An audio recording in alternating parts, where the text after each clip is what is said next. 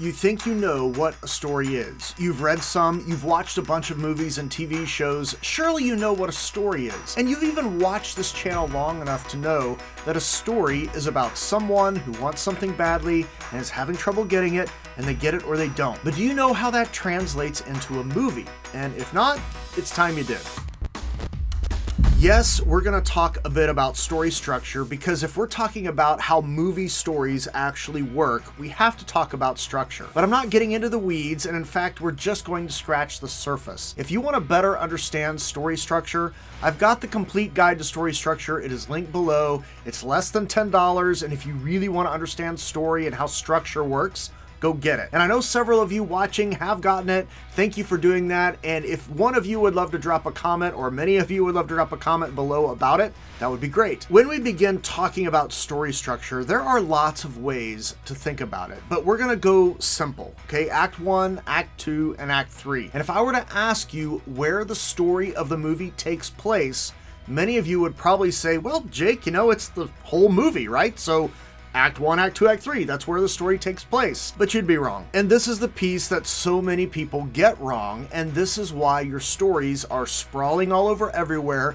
and why you thought you had a really solid movie idea, but you're already 150 pages in your script and you aren't even halfway. So pull out a piece of paper or post-it note or the notes app on your phone and type what I'm about to tell you, commit it to memory, and stop thinking that the story of the movie is the whole movie. It isn't. You ready to write? The story of the movie is what takes place in the second act. Not the first act, not the third act, the second act. So when you start thinking about the whole someone who wants something badly is having trouble getting it and they get it or they don't, all of those pieces happen in the second act. I'll come back to the first and third act in a second, but the second act is your story. That's where the movie story takes place. And the second act begins when the protagonist, the someone, decides to go after the thing that they want badly, or to avoid going after the thing they want badly, and they're actively avoiding it. One of those options. And all through the second act, they have trouble getting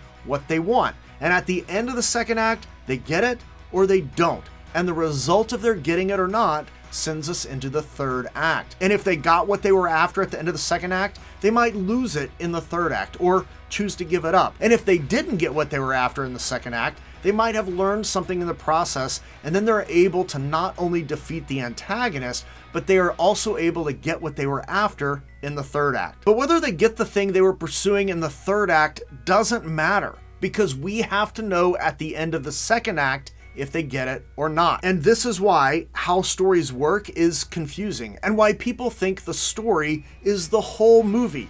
Because they were all, well, you know, but the protagonists, they ultimately got what they were after by the end of the movie. But they first did not get it at the end of the second act. So here's a simpler way to think about the three acts. Act 1, we meet the protagonist. We find out why they might choose to pursue the thing that they're gonna go after, and we find out what it will cost them if they don't. So in a couple of words, we find out who the protagonist is, their motivation, and the stakes. And if you really want to know what Act 1 is in one word, it's this: setup. Some first acts don't take that long to set up. Some take a while. But those pieces, the protagonist, their motivation, and the stakes, they all have to be there in the first act. Act 2 is all about, will they get what they're after or not? Yes or no? Protagonists never kinda get it.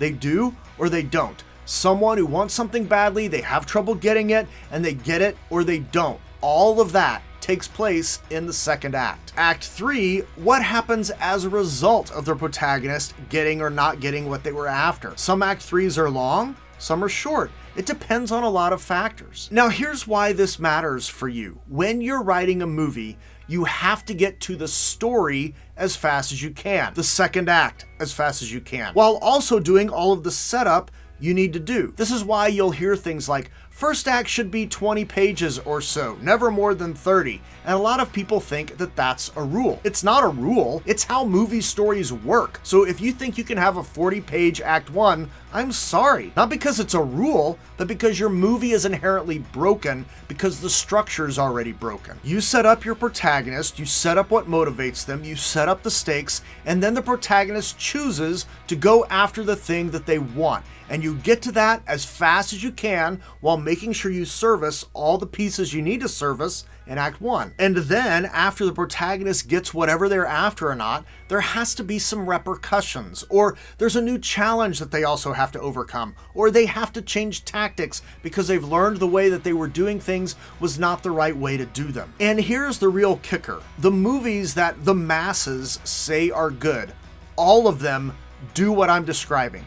The movies that the masses don't like, typically they don't. Yes, there are exceptions. There are cult movies. There are cult followings of movies that don't really have a complete or easy to follow story, but all of the big ones, all the ones that do well in the theater, all the ones that are loved by fans and critics, and more importantly, all the ones that most readers of your screenplays are going to positively respond to, they are about someone who wants something badly, who's having trouble getting it, they get it or they don't, and all of those pieces happen in the second act. Now, you don't have to do that. Again, there's no rule, and then you can gripe and complain about how no one likes your scripts and how they never do well in contests and how no one wants to buy them, or you can actually write a movie story that has an Act 1, Act 2, and Act 3 and actually give yourself a shot. But Jake, how does that actually work in a real movie? Well, I broke down the first Black Panther structurally for you. Nearly an hour's worth of content. And you can watch the first one of those right here. If you want my complete guide to story structure, the link is below, along with others you'll find helpful.